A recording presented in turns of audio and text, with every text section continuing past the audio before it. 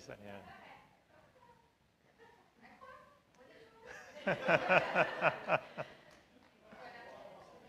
Alléluia. Seigneur est bon. Merci, Seigneur. Alléluia. Merci, Jésus. Gloire à Dieu. Le Seigneur est tellement bon avec nous. Il fait tellement plus de choses qu'on le réalise. Puis il ne faut pas lâcher là-dedans. Tu sais, écoutez, nous autres, ça nous encourage quand on entend les témoignages, dans le sens que Dieu y agit encore aujourd'hui. Puis quand notre sœur Lisa a dit ce matin, il y a quelqu'un, il ne faut pas lâcher. Hier soir, je finissais mes notes, puis à la fin de mon message, j'avais exactement la même chose. Il y a quelqu'un ou il y a des personnes qui sont sur le bord de lâcher, puis ça me disait, lâchez pas. La situation va changer. Je l'avais en dedans, je dis, bon, je vais-tu le dire un matin? Bon, je ne sais pas, ça va voir. Puis là, Lisa le dit à ma place. Donc, s'il y a quelqu'un ici qui a le goût de lâcher, lâchez pas. Lâchez pas. Lâchez pas. Dieu, il nous aime, puis ça va changer. C'est ce que j'avais en dedans, moi aussi, la même chose que Lisa, ça va changer. Amen. Alors, on ouvre en prière. Mélodie a dit, wow, tu as dormi des versets un matin. Je dis, oui, je m'excuse. Alors, on a du pain sur la planche. Et vous êtes, je le répète souvent, votre réception à la parole m'aide beaucoup à la proclamer. Okay? Si on est réceptif à l'entendre, bien, on va comprendre plus de choses ensemble. Amen. Amen. Donc, je vais ouvrir ça en prière. Seigneur, on te remercie encore pour ta présence ici ce matin. Merci pour ta parole qui nous libère. Seigneur, on te demande d'ouvrir nos oreilles pour qu'on puisse comprendre ce que ton esprit veut nous dire ce matin et qu'on puisse la mettre en pratique dans le nom de Jésus. Amen. Amen. Alléluia. Merci Seigneur pour ce que tu fais. Il est vivant. Alors ce matin, je vais parler sur nos paroles. Il y en a qui vont dire, les paroles, tu en parles souvent. Oui, oui, je sais, mais c'est super important. Puis je vais ouvrir avec un passage de l'Écriture et vous allez comprendre où est-ce que je m'en vais un peu. Je vais être un petit peu partout, je vais être large ce matin, mais vous allez voir, c'est tellement important. On va ouvrir tout de suite avec Proverbe 18 et au verset 20 et 21. Puis là, ça nous dit, « C'est du fruit de sa bouche que l'homme rassasie son corps. C'est du produit de ses lèvres qu'il se rassasie. » C'est ça que ton corps va se rassasier. Puis là, il dit quoi au verset 21? Il dit, la mort et la vie sont au pouvoir de la langue. Quiconque l'aime en mangera les fruits. Fait que quand je dis aux gens, j'ai dit, arrêtez de dire des choses contraires à la parole de Dieu. Arrêtez de dire des choses négatives. Arrêtez le murmure, le chiolage de non, j'y arriverai pas, non, j'y arriverai pas. Dire, ah, c'est moi qui vais être encore malade, regarde, lui, il est malade. Il faut arrêter, il faut faire attention à ce qui sort de notre bouche. Ce qui sort de notre bouche est tellement puissant. Ça a le pouvoir de créer, ça a le pouvoir de détruire, ça a le pouvoir de faire plein de choses. Utilisons-le pour la bonne chose. C'est très, très, très important. On s'en va sur ça ce matin.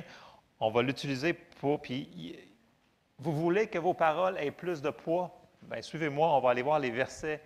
Puis ça va nous montrer comment faire pour que nos paroles aient plus de puissance dans nos vies. Parce que des fois, on dit, ah, mais j'ai confessé, j'ai dit que par ces meurtrissures, j'ai été guéri. Je ne l'ai pas vu. Bien, continuez à le confesser encore, mais il va y avoir des choses aussi qu'il va falloir qu'on fasse avec ça. On en parle souvent dans les dernières semaines qu'il y a des choses que nous devons faire qui peuvent nuire à notre foi et à nos paroles. Et on va embarquer un petit peu là-dedans. Mais on va focuser vraiment sur les paroles et la constance de nos paroles. OK? Si on veut que ça aille bien, que notre vie est dans la bonne direction, ou si on veut que notre vie change de direction pour aller dans une autre direction, il va falloir qu'on mette nos bouches en accord avec ça. OK. Ouais, c'est quand même une belle petite musique, Pierre, j'aime.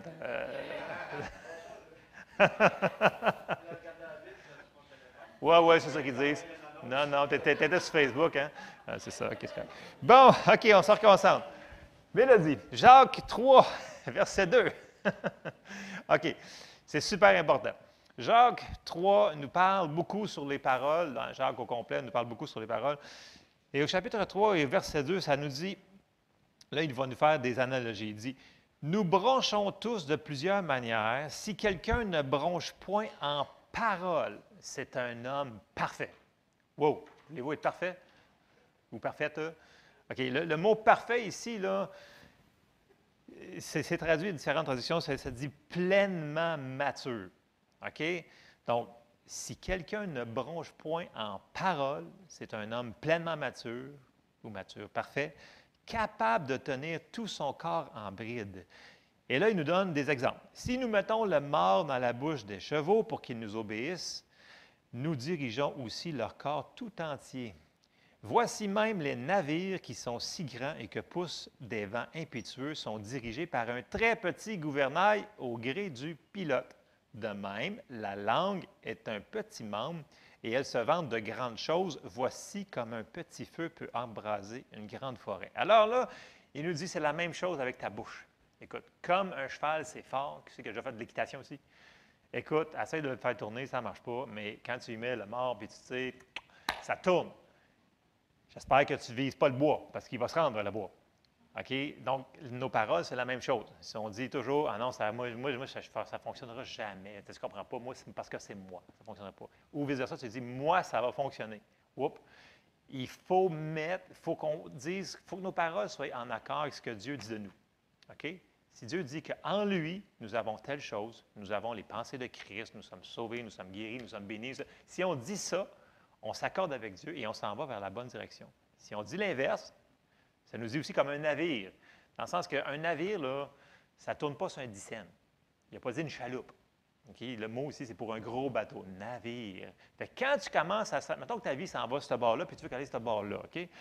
Puis tu commences à changer tes paroles. Mais il y a des gens qui disent, « Ouais, mais je l'ai essayé pendant 2 semaines, puis ça n'a pas changé. » Je dis, « Écoute, la persévérance et la patience vont faire changer le navire, puis il va l'amener à la bonne place. Puis là, tu vas aller vers la bonne direction.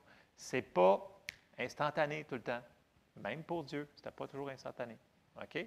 Fait que c'est super important qu'on comprenne ce principe-là ce matin. C'est le principe qu'on va parler. Et là, on dit, ouais, mais on ne peut pas faire ça. Oui, on peut faire ça. Parce que la Bible nous dit, dans Genèse 1, 27, que nous sommes créés à l'image de Dieu.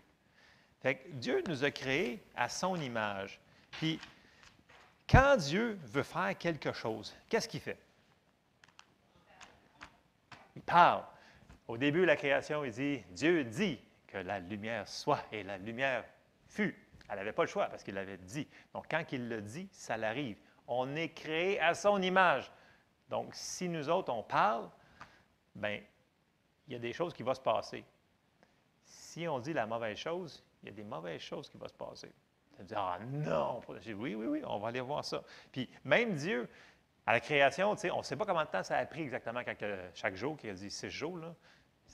On n'a pas de temps. Mais une autre chose, tout de suite, quand Adam et Ève ils ont péché, puis là, tout de suite, il donne une prophétie à Ève. Ça s'est passé 4000 ans plus tard. Mais sa parole va toujours arriver. Ce qu'il dit arrive. Nous, nos paroles vont arriver aussi. Donc, semons dans notre jardin la bonne chose, parce que nous allons récolter ce que nos paroles vont dire. Amen? OK. On va aller voir la situation que Jésus enseigne ses disciples sur la foi et sur la puissance des paroles. Donc, il enseigne sur la foi et la puissance des paroles. On s'en va dans Marc 11 et au verset 13, et là, on arrive dans la situation où est-ce que Jésus est confronté avec une situation qui dit « Non, tu ne l'auras pas ». Et c'est la situation du figuier. On s'en va au verset 13, et là, Jésus, apercevant de loin un figuier qui avait des feuilles. J'arrête ici parce qu'il y en a qui disent « Ah non, Jésus ne savait pas qu'il y avait des figues ». Quand un figuier a des feuilles, normalement, il y a des figues. OK? Si vous regardez un petit peu l'histoire d'Israël, dans ce coin-là, les figuiers, s'il y a des feuilles, normalement, il y a des figues. Il alla voir s'il trouverait quelque chose, et s'en étant approché, il ne trouva que des feuilles, car ce n'était pas la saison des figues. Ce n'était pas la saison, mais s'il y a des feuilles, normalement, il y a des figues. Prenant alors la parole, il lui dit que jamais personne ne mange de ton fruit, et ses disciples l'entendirent. Donc, il arrive dans une situation et il répond à la situation. Donc, on a le droit de parler à nos situations. Et là, la situation, c'est non, tu ne mangeras pas aujourd'hui. Il dit, ouais, bien toi, là, c'est fini. Donc, tu as le droit de répondre à la situation. Ce qui arrive contre nous autres, qui sont contre nous autres. OK?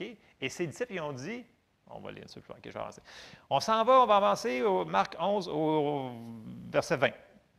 Et là, il s'en va dans le temple, et là, il fait un petit peu de ménage dans le temple, et il revient. Et Marc 11, 20, ça dit, « Le matin, en passant, les disciples virent le figuier séché jusqu'aux racines. » Pas juste sécher, là, sécher jusqu'aux racines, capote. Pierre, se rappelant ce qui s'était passé, dit à Jésus, « Rabbi, regarde le figuier que tu as maudit, a séché. » Pourtant, il a dit que plus personne ne mange de fruits, c'est tout. Et c'était une malédiction en réalité, c'est-à-dire dans le sens que tu vas mourir. Nos paroles sont soit une bénédiction ou une malédiction. Jésus commence là-dessus. Et là, verset 22, là, il va leur enseigner sur la foi et la foi est reliée aux paroles. Donc, verset 22, Jésus prit la parole et leur dit, « Ayez foi en Dieu. Je vous le dis en vérité, si quelqu'un dit à cette montagne, il n'a pas parlé de prière encore là, il va dire, dis à cette montagne, ôte-toi de là, jette-toi dans la mer. Et s'il ne doute point en son cœur, donc pas dans sa tête, mais quoi que ce qu'il dit arrive, il le verra s'accomplir. Et là, après ça, il dit, verset 24, c'est pourquoi je vous dis, tout ce que vous demanderez en priant, croyez que vous l'avez reçu et vous le verrez s'accomplir. Donc, Jésus leur dit à ses disciples que s'ils avaient utilisé leur foi, leur autorité, ils auraient pu parler eux aussi à la situation et le figuier y aurait séché aussi. Vous allez me dire, wow, mais oui, c'est ce que Jésus a dit. Il leur enseigne de faire la même chose. C'est notre exemple. Je sais que des gens souvent disent, ah non, non, on n'a pas cette puissance-là. Partout à travers la parole, c'est un principe qui est partout. Dans l'Ancien Testament, tout le long, on s'en va dans le Nouveau Testament, on s'en va dans les Épîtres, c'est partout, partout, partout, la puissance des paroles. Et si on retourne un petit peu dans Matthieu, Jésus nous avait dit quelque chose que vous connaissez très bien quand on enseigne sur l'autorité du croyant. Qu'est-ce qu'on enseigne? Qu'on peut lier et délier. On s'en va dans Matthieu 16, au verset 19. Dans la Louis II, Jésus dit, « Je te donnerai les clés du royaume des cieux. Ce que tu lieras sur la terre sera lié dans les cieux, et ce que tu délieras sur la terre sera délié dans les cieux. » On fait ça comment? Avec nos paroles. Pas en priant, avec nos paroles. C'est différent. Matthieu 16, 19, dans la Bible du Sommeur, regardez bien les mots, comment c'est phrasé. « Je te donnerai les clés du royaume des cieux, et tout ce que tu interdiras sur la terre sera interdit aux yeux de Dieu, et tout ce que tu autoriseras sur la terre sera autorisé aux yeux de Dieu. » Qui interdit, puis qui c'est qui autorise? C'est nous. Wow! C'est nous qui a ce... Puis si on ne le fait pas, qu'est-ce qui va se passer? Il ne se passera rien. C'est nous. Il nous dit, c'est nous autres qui doivent faire ça. On le fait comment? Par nos paroles. On va aller voir un autre exemple. Dans Luc 8, et au verset 22. Et je sais on connaît tous ces récits-là, mais il faut comprendre où est-ce qu'on pense aux paroles. Là. Donc, dans Luc 8, 22, et là, on a une autre histoire de bateau. J'aime bien l'histoire de bateau, vous le savez. Luc 8, 22, ça nous dit, un jour, Jésus monta dans une barque avec ses disciples et il leur dit, « Allons et nous noyons au niveau du lac. » Pantoute. Il a dit, « Passons de l'autre côté. » OK? C'est clair? Il a dit, « On s'en va l'autre bord. » C'est ça qu'il avait dit. Bon, verset 23, « Pendant qu'il naviguait, Jésus s'endormit. Un tourbillon fondit sur le lac, la barque se remplissait d'eau et ils étaient en péril. Ils s'approchèrent et le réveillèrent en disant, « Maître, Maître, nous périssons. » S'étant réveillé, il menaça le vent et les flots qui s'apaisèrent et le calme revient. Est-ce qu'il a prié? Il a parlé à quoi? Il a parlé au vent et aux flots. Est-ce que le vent et les flots peuvent entendre? Semble-t-il que oui, sinon il ne s'est rien passé. OK? Et là, regardez bien, verset 39, après ça, verset 39, s'étant réveillé, il menaça le vent, il dit à la mer, « Silence, tais-toi. » Et le vent cessa et il y eut un grand calme. Verset 25. Et là, je suis sûr qu'il n'était pas content, parce que dans le ton que c'est phrasé, puis il leur dit, « Où est votre foi? » Saisis de frayeur et d'étonnement, ils se dirent les uns aux autres, « Quel est donc celui-ci qui commande même au vent et à l'eau et à qui ils obéissent? » Bon, je vous pose une question.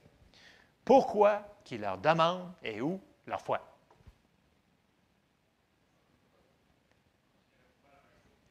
Exactement. Parce qu'ils s'attendaient qu'ils fassent quelque chose. Sinon, on ne leur poserait pas la question. Si. Puis l'autre question, on dit, ah, mais il n'y avait pas autorité. Pourquoi qu'ils leur demandent où est votre foi s'ils ne pouvaient pas s'en servir? Donc, ils s'attendaient à ce qu'ils fassent quelque chose. Quand il s'est réveillé, il dit, voyons, qu'est-ce qui se passe là? Pourquoi vous occupez pas dessus? Je vous ai dit, on s'en va à l'autre bord, pas on crève, on dîne. Non, non. On passe l'autre bord. Et là, ils auraient pu utiliser leurs paroles. Puis, c'est ce que Dieu veut qu'on fasse. Il dit, ouais, mais est-ce qu'on a vraiment le droit? On est créé à son image. Il nous a dit de le faire à plusieurs endroits. Il faut le faire. Si on ne le fait pas, des fois, OK, je ne dis pas qu'il ne faut pas prier, là. OK, il y a des fois qu'il faut prier. Il y a des fois qu'il faut juste parler. Et soyons sensibles à ce que le Seigneur met dans nos cœurs. OK? Des fois, ça va être les deux, comme on a vu avec le figuier. Il a dit, vous allez parler, après ça, vous allez prier. Fait que c'est ça. Jésus s'attendait à ce qu'ils prennent leur foi sur l'autorité dans la situation. Bon. 1 Corinthiens 12, 27 nous dit, vous êtes le corps de Christ et vous êtes ses membres, chacun pour sa part. Donc, nous sommes le corps de Christ. On a la même autorité que Jésus a. Je sais que c'est une grosse phrase, c'est ce que je viens de dire là ce matin. Là. On s'en va dans Éphésiens 1 et on va lire ce que Paul il disait. Paul a prié pour l'Église des Éphésiens pour qu'ils comprennent juste une partie de ce qu'il essayait de leur dire. Et là, il l'a phrasé dans quelques versets, et c'est une prière super importante, c'est une prière que moi, je fais régulièrement pour l'Assemblée, pour moi-même, pour qu'on comprenne. C'est ça que Paul, il dit, écoute, comprenez. Mais là, il dit, je vais prier pour vous autres. Et ce qu'il prie, c'est, Éphésiens 1, on commence au verset 15, il dit, c'est pourquoi, moi aussi, ayant entendu parler de votre foi au Seigneur Jésus et de votre amour pour tous les saints, je ne cesse de rendre grâce pour vous, faisant mention de vous dans mes prières, afin que le Dieu de notre Seigneur Jésus-Christ et le Père de gloire vous donne un esprit de sagesse et de révélation dans sa connaissance, qu'il illumine les yeux de votre cœur, pour que vous sachiez quelle est l'espérance qui s'attache à son appel, quelle est la richesse de la gloire de son héritage qu'il réserve aux saints, et quelle est envers nous qui croyons l'infinie grandeur de sa puissance se manifestant avec efficacité par la vertu de sa force. Il y a tellement de choses là-dedans, là, c'est fou. Verset 20. Il l'a déployé en Christ en le ressuscitant des morts et en le faisant asseoir à sa droite dans les lieux célestes. Au-dessus, ici le mot là, c'est bien au-dessus. OK? C'est une version anglaise, là, ça dit far above, bien au-dessus de toute domination, de toute autorité, de toute puissance, de toute dignité, de tout nom qui peut se nommer, non seulement dans le siècle présent, mais encore dans le siècle à venir. Donc, c'est fait. Il est en train de le prier là, il dit, c'est fait, c'est un fait accompli, c'est fait pour là, c'est fait pour toujours. Puis là, il prie pour que le Seigneur illumine les yeux de leur cœur, pour qu'ils comprennent ça. Et là, verset 22, il en rajoute, il dit, il a tout mis sous ses pieds et il l'a donné pour chef suprême à l'Église, qui est son corps, la plénitude de celui qui remplit tout en tous. Bon. C'est qui son corps? C'est nous! C'est nous, l'Église, l'Église universelle, OK? Il y a des églises locales, donc c'est nous son corps. Donc, si Jésus, il a tout mis en dessous de ses pieds, est-ce que ce qui est en dessous de ses pieds est en dessous de nos pieds? Oui, oui, et c'est ça la bonne nouvelle, c'est qu'on a autorité. Il faut juste qu'on le saisisse. Et il faut juste aussi qu'on ne se laisse pas faire. Parce que souvent, on se dit, ben, c'est pas grave, on peut tolérer juste un petit peu de douleur, de toute façon, c'est pas grave, c'est juste un petit peu de patente. Non!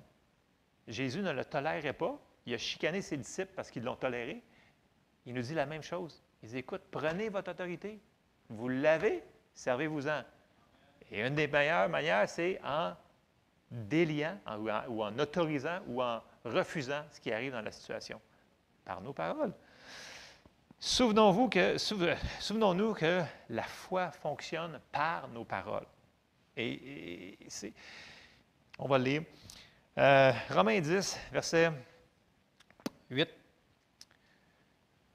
Puis là, Passage très familier que vous connaissez très bien. Romains 10, on commence au verset 8, ça dit « Que dit-elle donc?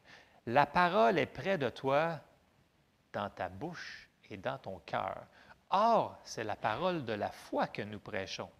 Si tu confesses de ta bouche le Seigneur Jésus, et si tu crois dans ton cœur que Dieu l'a ressuscité des morts, tu seras sauvé. Car c'est en croyant du cœur qu'on parvient à la justice, et c'est en confessant de la bouche qu'on parvient au salut selon ce que dit l'Écriture. C'est en confessant de la bouche qu'on arrive à la guérison. C'est en confessant de la bouche qu'on arrive à la prospérité. C'est en confessant de la bouche qu'on arrive à la délivrance. C'est en confessant, nommez-les, c'est en confessant de la bouche qu'on exerce notre autorité. Vous me suivez? C'est super important qu'on ne relègue pas à Dieu ce qu'il nous a donné de faire. S'il nous a dit « parle, tu as autorité sur ça », trouvez les passages, là. OK? N'allez pas sur une affaire nowhere, là, puis dire « Ah, moi, j'ai autorité sur mon voisin, je vais dire qu'il arrête de passer sa tondeuse à 3 heures. » Écoutez, tu peux aller y parler pour commencer, tu sais. Arrête de le faire à 3 heures, c'est l'heure que je fais ma sieste ou whatever. On n'a pas autorité sur les gens. On a autorité sur les esprits qui peuvent influencer les gens, par exemple. Ce qui est en arrière. C'est un monde spirituel qu'on vit dedans. Et ça, il faut qu'on le réalise. OK? Dieu n'a pas autorité sur les personnes. OK? Parce qu'on a un choix libre. Je sais que ça va très à contre-courant ce matin, ça va très, très bien, mon affaire. Mais c'est vrai, parce que c'est que je le répète souvent, Dieu ne veut pas qu'aucun périsse. Est-ce qu'il y en a qui périssent? Il y en a partout qui périssent. Il y en a plein qui périssent. Et Dieu ne veut pas. Donc, on a une volonté là-dedans. Puis c'est ça que Dieu veut qu'on fasse. Il veut qu'on réalise ce qui nous appartient, mais il veut qu'on fasse de quoi? Il ne faut pas qu'on soit des mous. Quand il nous dit que ce sont les violents qui s'emparent du royaume de Dieu, bien, le royaume, c'est ça. Le royaume, c'est que quand il priait que ta volonté soit faite sur la terre comme au ciel, on avait dit, il n'y a pas de maladie au ciel. Il n'y a pas rien qui tue, qui fait mal, c'est ça qu'il faut qu'on fasse. Quand on voit quelque chose qui est contraire à ça, on prend autorité, on parle. Il va falloir qu'on ait de la consistance dans nos paroles et on arrive bientôt. Jésus, lui, il se servait de sa foi et son autorité avec ses paroles. On va voir un autre passage. On s'en va dans Luc et au chapitre 4 et au verset 31. Là, ici, ça dit, « Il descendit à Capernaum, ville de la Galilée, et il enseignait le jour du sabbat. » Et là, au verset 32, regardez ce qu'il dit. Il dit, « On était frappé de sa doctrine, car il parlait avec autorité. » Il ne parlait pas mou comme les religieux de son temps. Moi, j'entends beaucoup de choses qui sont très, très poétiquement, « Ah oui, c'est beau, c'est beau. » Après 15 minutes, qu'est-ce qu'il a dit pendant 15 minutes? Aucune idée. C'était de la philosophie. Moi, ça m'énerve au plus haut point. Mais bon, je vous ferai part de mes opinions. Mais là, verset 33, « Il se trouva dans la synagogue un homme qui avait un esprit de démon impur et qui s'écria d'une voix forte. » Ah, quand le monde arrive là avec de la foi, il se passe des choses. Verset 34, « Ah, qu'y a-t-il entre nous et toi, Jésus de Nazareth? Tu es venu pour nous perdre. Je sais qui tu es, le Saint de Dieu. » Jésus le menaça, disant, « Tais-toi et sors de cet homme. » Est-ce qu'il a prié? Dans ce cas-là, il n'a pas prié. Okay? Comme je vous dis, il y a des fois qu'il faut qu'on prie, il y a des fois qu'il faut qu'on parle. Là, Jésus, il parle, il dit, « Tais-toi et sors de cet homme. » En passant, j'entends des gens qui disent, « Ouais, mais tu sais, là, les démons, il faut leur demander là, son nom, son adresse, comment ils sont, 12 000, puis avant... » Écoutez, si vous avez ça à cœur, faites-les, mais vous n'êtes pas sur aucune base biblique. Amen? Parce que, ouais, mais il faut peut-être savoir c'est quoi la cause, il vient de où, puis peut-être que c'était où ses ancêtres. Non, il y a quelque chose, tu n'as pas besoin d'avoir le discernement là-dessus, là, OK? Là? Tu fais juste, tu sais qu'il y a quelque chose de pas correct, tu dis, je lis ça dans le nom de Jésus, je n'accepte pas. Flingue. Pas besoin d'avoir de grosses révélations. Là. Fait on ne joue pas avec ça, là. On ne joue pas à l'Église. Parce que si vous embarquez dans le monde spirituel. Le monde spirituel est plus réel que le monde physique. On ne joue pas avec ça. Je fais une parenthèse, je me dis pas de la cœur, ça devient. Et le démon le jeta au milieu de l'assemblée et sortit de lui sans lui faire aucun mal. Verset 36. Tous furent saisis de stupeur et ils se disaient les uns aux autres, « Quelle est cette parole? » Il commande avec autorité et puissance aux esprits impurs et ils sortent. et sa renommée se répandit dans tous les lieux d'alentour. Et là, on continue et on s'en va au verset 38, qui est la suite. En sortant de la synagogue, il se rendit à la maison de Simon. La belle-mère de Simon avait une violente fièvre, et ils le prièrent en sa faveur. S'étant penché sur elle, il menaça la fièvre. Il menaça la fièvre. Et la fièvre la quitta. Là, il n'a pas prié encore. Là. Il va prier après dans d'autres versets plus loin, là, mais il n'a pas prié encore. Et la fièvre la quitta. À l'instant, elle se leva et les servit. Bon, dans le verset 39 et dans le verset 35, quand il a parlé à l'homme qui avait le démon, c'est le même mot. OK? Quand il a dit, là, au verset 35, Jésus le menaça 10 ans, puis quand on s'en va dans le verset 39, il menaça la fièvre, le mot c'est épitimao, whatever, c'est ce mot-là. Trouvez-le dans votre concordance. Le mot ici, c'est menacer, réprimander d'une manière tranchante. Il a fait la même chose avec un démon que pour la maladie. Il a réprimandé d'une manière tranchante. Il y a d'autres traductions qui vont dire parler sévèrement, repousser, réprimander, censurer, réprimer.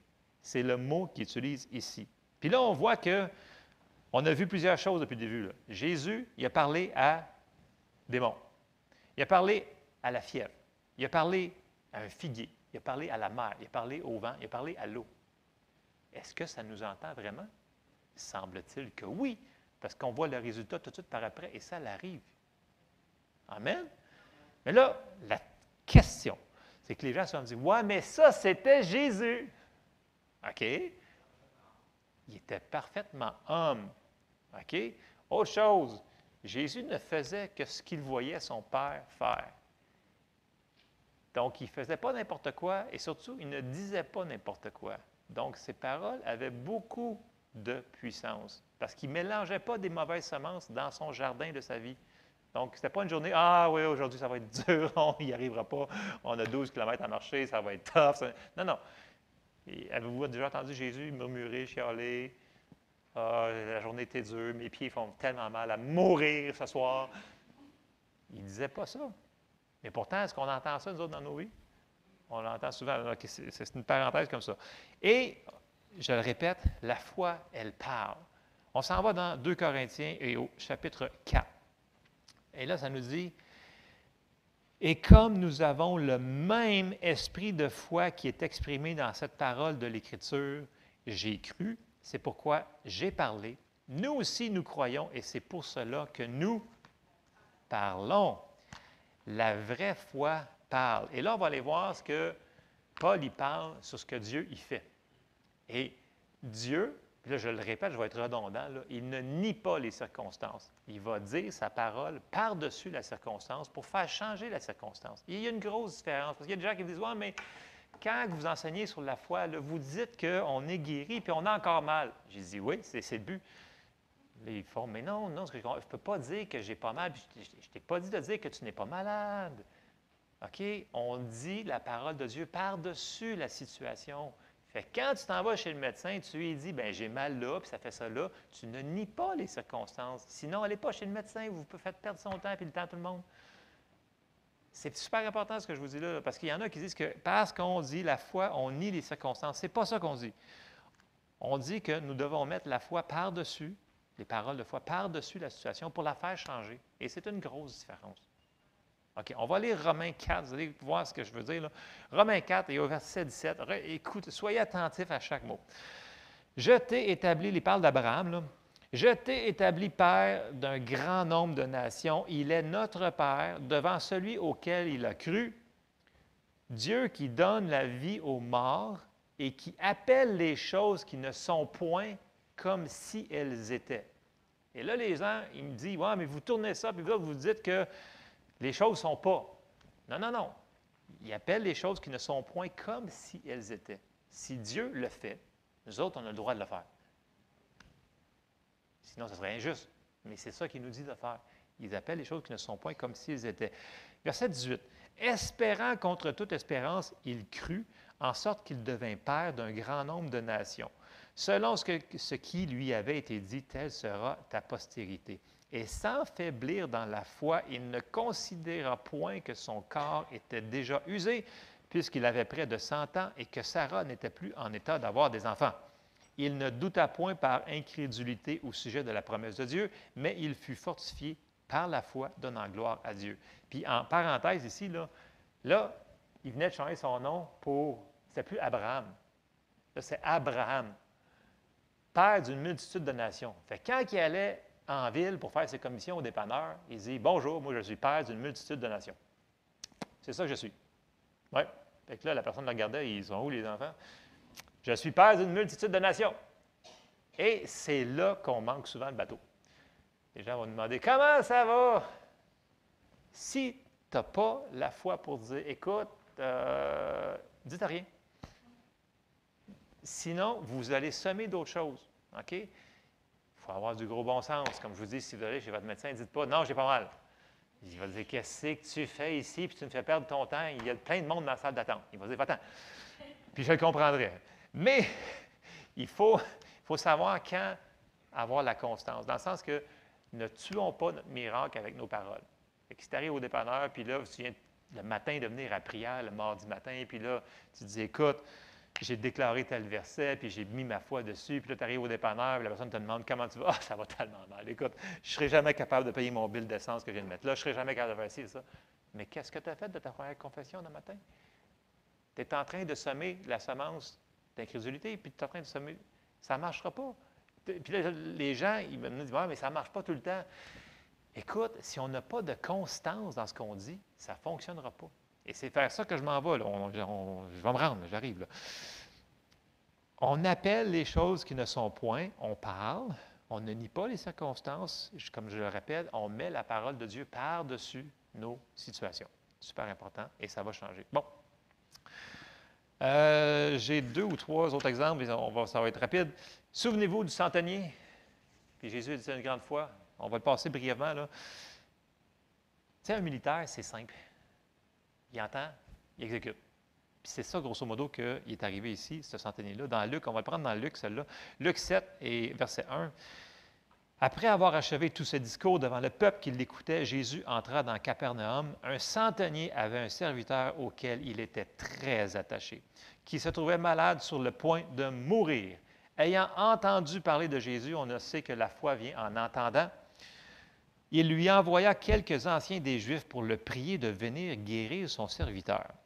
Ils arrivèrent auprès de Jésus et lui adressèrent d'instantes supplications, disant « Il mérite que tu lui accordes cela, car il aime notre nation, c'est lui qui a bâti notre synagogue. » Jésus étant allé avec eux, n'étant guère éloigné de la maison, quand le centenier envoya des amis pour lui dire « Seigneur, ne prends pas tant de peine, car je ne suis pas digne que tu entres sous mon toit. » Souvenez-vous que c'est un homme de guerre, c'est un Romain. Voilà.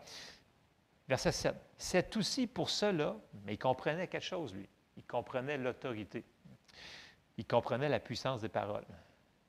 « C'est aussi pour cela que je ne me suis pas cru digne d'aller en personne vers toi, mais dis un mot, et mon serviteur sera guéri. Car moi qui suis soumis à des supérieurs, j'ai des soldats sous mes ordres, et je dis à l'un, va, et il va. À l'autre, viens, et il vient. Et à mon serviteur, fais cela, et il le fait. » Lorsque Jésus entendit ces paroles, il admira le centenier. Wow! Il admira le centenier. Hey, c'est fort, là. Pourquoi? Parce qu'il a dit, dis un mot seulement. Il dit, finalement, quelqu'un qui va me croire au mot. Il devait être très content. Et on le voit. Il admira le centenier. Et se tournant vers la foule qui le suivait, il dit, « Je vous le dis, même en Israël, je n'ai pas trouvé une aussi grande foi. » De retour à la maison, les gens envoyés par le centenier trouvèrent guéri le serviteur qui avait été malade. Et là encore, les gens disent, « Ouais, mais c'était Jésus. » Parfait. Si vous voulez comme ça, on va y aller continuer, on va aller un petit peu plus loin. On est ses disciples, right? Quand il est monté au ciel, il a délégué à l'Église, il dit, « Tout pouvoir m'a été donné sur le ciel et sur la terre. » Tout de suite, il a dit dans le mot après, il a dit « Allez ». OK? Ça, c'est tout le travail de l'Église. Et il l'a dit à ses apôtres qui étaient là, à ses disciples qui étaient là, et il le dit aussi à nous autres, ça s'applique à nous autres. Donc, il nous l'a donné, cette autorité-là. Et brièvement, écoutez, il y aurait des douzaines d'exemples, mais j'en donne juste deux pour dire que ce n'était pas que Jésus qui parlait. On s'en va dans Actes 3 et au verset 6. Pierre et Jean. Vous vous souvenez de ce récit-là? Acte 3, verset 6. Là, ce n'est pas Jésus qui parle. Alors Pierre lui dit, il parle à un boiteux de naissance, en passant que Jésus, probablement, avait croisé plusieurs fois dans sa vie. OK. Je vais fermer la parenthèse. On a fait une petite parenthèse mercredi sur cette affaire-là, mais on rentrera, je n'aurai pas le temps ce matin. Alors Pierre lui dit, je n'ai ni argent ni or, mais ce que j'ai, je te le donne au nom de Jésus-Christ de Nazareth. Lève-toi et marche. Je te le donne au nom de Jésus-Christ de Nazareth. Lève-toi et marche. Qu'est-ce qu'il a dit? Est-ce qu'il a prié? Il n'a pas prié cette fois-là. Il a dit, lève-toi et marche. Verset 7. Et le prenant par la main droite, il le fit lever. Au même instant, ses pieds et ses chevilles devinrent fermes. D'un saut, il fut debout et se mit à marcher. Il entra avec eux dans le temple, marchant, sautant et louant Dieu. Et là, on voit dans les actes des apôtres que Pierre, Jean et les autres se servent du même principe. Ils vont parler souvent. Oui, ils vont prier aussi, là. La prière a sa place, mais il y a aussi nos confessions de foi. Qu'est-ce qu'on dit? On s'en va un petit peu plus loin dans les actes, acte 16, et au verset 16. Et vous vous souvenez de l'histoire de Paul et Silas qui s'en allaient vers Philippe, vers la ville de Philippe. Acte 16, ça nous dit « Comme nous allions au lieu de prière, une servante qui avait un esprit de python et qui, en devinant, procurait un grand profit à ses maîtres, vint au-devant de nous et se mit à nous suivre, Paul et nous. Elle criait, « Ces hommes sont les serviteurs du Dieu Très-Haut, et ils vous annoncent la voie du salut. » Elle fit cela pendant plusieurs jours. Paul, fatigué, se retourna et dit à l'esprit, « Je t'ordonne, au nom de Jésus-Christ, de sortir d'elle. » Et il sortit à l'heure même. Est-ce que c'est Jésus qui a fait ça? Non, c'est Paul. Comment il l'a fait? Il a pris son autorité. Il a lié, il a dit, « Va-t'en » et c'est parti. OK? Je vais fermer là. Non, je vais en parler. OK. Jésus nous a donné son autorité. OK? On a les clés. Nous devons l'utiliser. Et une des clés, c'est d'utiliser nos paroles avec constance. Puis là, je reviens au début, le premier passage qu'on a lu dans Proverbe. La mort et la vie sont au pouvoir de la langue. Et dans notre vie, les paroles qu'on va dire à chaque jour, les paroles continuelles, pas juste quand vous êtes en train de... Les paroles en général. Est-ce que, à cause d'une situation, on est en train de dire des choses qui sont complètement contraires, complètement démotivantes, complètement blessantes? Vous savez que la parole nous dit que une parole peut blesser plus qu'une épée. C'est tellement la puissance de nos paroles si on réalise ce qu'on dit sur nos enfants. À répétition, qu'est-ce qu'on dit? On leur dit-tu qu'ils sont toujours niaiseux, qu'ils sont toujours des... Ou on dit, oups, tu vas y arriver, tu es bon, tu es capable. Qu'est-ce qu'on dit avec nos paroles? C'est super important. Donc, dans notre jardin, là, on veut avoir des bonnes choses. Mais souvenez-vous qu'on va récolter les deux choses qu'on a plantées. Et là, vous allez vous dire, qu'est-ce qu'on va faire? Merci de la question, très bonne question. Et là, on va aller dans Jacques, parce que, comme je le répète souvent, le secret, c'est la constance dans nos paroles. Et regardez bien, Jacques, il va nous donner une des réponses les plus claires enseignées dans le Nouveau Testament. On s'en va dans Jacques 3 encore, et on va commencer au verset 5. Ne laissez pas ça être trop simple, là, ça s'en va, c'est ça la réponse. Là, il parle sur encore les paroles. Il parle des paroles, il est fatigant, il parle des paroles. Ben oui, mais c'est parce que ça a beaucoup d'importance. Il dit au verset 5, « De même, la langue est un petit membre, elle se vante de grandes choses. Voici comme un petit feu peut embraser une grande forêt. La langue aussi est un feu, c'est le monde de l'iniquité. La langue est placée parmi nos membres, souillant tout le corps et enflammant le cours de la vie, étant elle-même enflammée par la géhenne. Toutes les espèces de bêtes et d'oiseaux et de reptiles et d'animaux marins sont domptés et ont été domptés par la nature humaine. Mais la langue, aucun homme ne peut la dompter. » Jusque-là, ça regarde mal. Ce n'est pas une bonne nouvelle. Dans le sens que, mais la langue, aucun homme ne peut la dompter. Dans le sens que ce que tu vas avoir dit, tu vas l'avoir dit. Tu ne peux pas changer la puissance des paroles. Et là, il continue, il dit, c'est un mal qu'on ne peut réprimer, elle est pleine d'un venin mortel. Par elle, nous bénissons le Seigneur notre Père, et par elle, nous maudissons l'homme fait à l'image de Dieu. Et regardez bien le verset 10. De la même bouche sortent la bénédiction et la malédiction. Et la réponse est dans les mots suivants. Il ne faut pas, mes frères, qu'il en soit ainsi. Puis là, il donne un autre exemple, versets 11 et 12, il dit, la source fait-elle jaillir par la même ouverture l'eau douce et l'eau amère? Un figuier, mes frères, peut-il produire des olives ou une vigne des figues? De l'eau salée ne peut pas non plus produire de l'eau douce. Ce qu'il dit, c'est qu'il dit, écoutez, il dit, les paroles vont accomplir ce que vous avez dit. Mais il dit, il ne faut pas qu'il en soit ainsi, qu'il y ait la malédiction et la bénédiction dans la même. Il dit, ça ne marche pas. Et c'est ça qui va couler si notre vie va avoir, nos paroles vont avoir beaucoup d'efficacité ou pas beaucoup d'efficacité. Tu sais, on en parlait mercredi passé, comme j'ai dit, moi, là, j'ai hâte qu'on voit là, beaucoup plus de dons en manifestation, beaucoup plus qu'on voit du miraculeux, du instantané, là, pas juste des guérisons qui se produisent, là, mais vraiment du instantané. Et une des choses là-dedans, il faut aspirer aux dons les meilleurs, mais les dons aussi vont fonctionner par les paroles. Puis les paroles, je vais relire le verset 10. De la même bouche sortent la bénédiction et la malédiction. Il ne faut pas, mes frères, qu'il en soit ainsi. Ça, c'est une des réponses. Il ne faut pas qu'il y ait les deux choses qui sortent de la bouche. On reste sur la bénédiction. Et pour renchérir cette affaire-là, Jésus il avait dit quelque chose de très spécial qu'on lit souvent par-dessus. Et c'est un petit passage de rien dans Matthieu 12. Et dans Matthieu 12, au verset 36, Jésus, il dit, « Je vous le dis, au jour du jugement, les hommes rendront compte de toute parole vaine qu'ils auront proférée. Car par tes paroles, tu seras justifié, et par tes paroles, tu seras condamné. » Qu'est-ce qu'il veut dire? Il dit, le mot ici, là, toute parole vaine, là, le mot utilisé ici, là, si vous allez dans une concordance, là, toute parole qui ne fait rien, toute parole qui ne produit pas, toute parole qui ne sert à rien, toute parole paresseuse. C'est ça qui est toute parole vaine. Donc, il dit, les hommes rendront compte de toute parole qui ne servent à rien.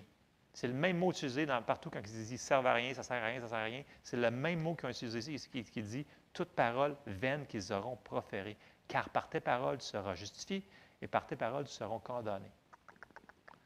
Jésus nous dit, il va falloir qu'on rende compte de ces paroles-là. Dans le sens que tu as semé la mort, tu as semé des paroles qui sont contre la parole de Dieu, qui sont contre la vie, bien, tu vas les récolter et tu vas avoir même un jugement sur ces paroles-là. Ouch!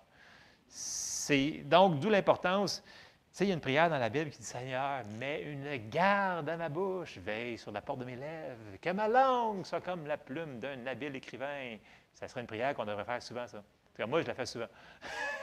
Parce que j'ai besoin, j'ai tendance à parler un petit peu.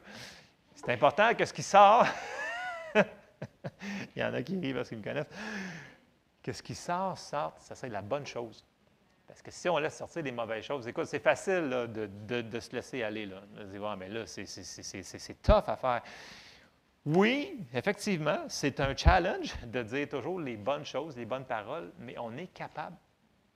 Et c'est une des choses qui va nous apporter à vivre des jours meilleurs, puis qu'on puisse avancer, qu'on puisse voir des manifestations plus rapides, c'est de dire ce que Dieu dit de ce qu'on est. Tu sais, là, tous les passages dans les Épîtres là, qui vont parler, là, en Christ, nous sommes la justice de Dieu. Nous sommes.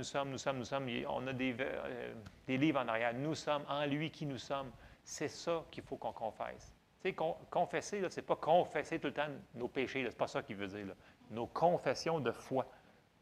Faites ça, des confessions de foi le matin, des fois, l'après-midi, le soir, je ne sais pas quand vous priez, là, mais les confessions de foi, tu sais, qu'on dit là, je suis la justice de Dieu, j'ai été racheté, je suis guéri, je suis prospère, Dieu est avec moi, Dieu m'aide. On dit des choses comme ça. Et quand on le confesse, on vient de semer des paroles dans notre vie, dans notre jardin. Et on va récolter des fruits de ça. Et plus qu'on va être constant à dire toujours la même chose, toujours des paroles selon ce qui est selon la parole de Dieu, plus que ça va avoir d'efficacité. On veut voir plus de miracles, on veut voir plus de résultats plus rapidement, les paroles. C'est une des choses qui va le plus accélérer le processus ou le ralentir. Donc, je vous encourage ce matin. On se lève ensemble. J'ai fini. Je sais que ça peut paraître sévère. Je sais que ça peut paraître, il y en a qui vont dire « Ah, mais c'est impossible de faire ça. » Écoutez, c'est la parole qui nous dit qu'on est capable de le faire. Si la parole nous dit que nous devons le faire, ne le laissons pas dans les mains de Dieu. Sinon, on ne fait pas notre travail qu'il nous a donné. Amen? Amen. On est capable. Puis je vais répéter là, ce que j'avais comme parole hier soir. Là. Ne lâchez pas. Ceux-là qui ont dit, écoute, moi j'ai commencé à confesser, là, puis je ne l'ai pas vu encore. Continuez. Lâchez pas. Ça va changer. La parole ne reviendra pas à lui sans avoir fait son effet. Il va veiller sa parole.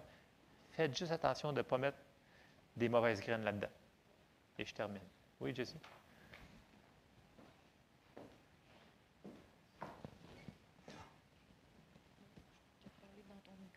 Oui, si tu veux.